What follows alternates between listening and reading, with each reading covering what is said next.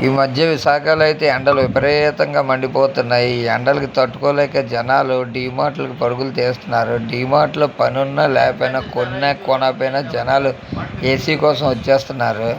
ఎక్కడ billing queue line చూస్తే చాలా ఎక్కువగా ఉంటుంది.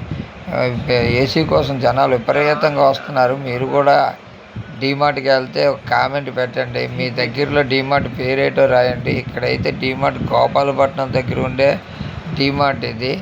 ఈ డీమార్ట్లో నేను సాయంకాలం వెళ్తే విపరీతమైన జనాలు విపరీతంగా ఉన్నారు.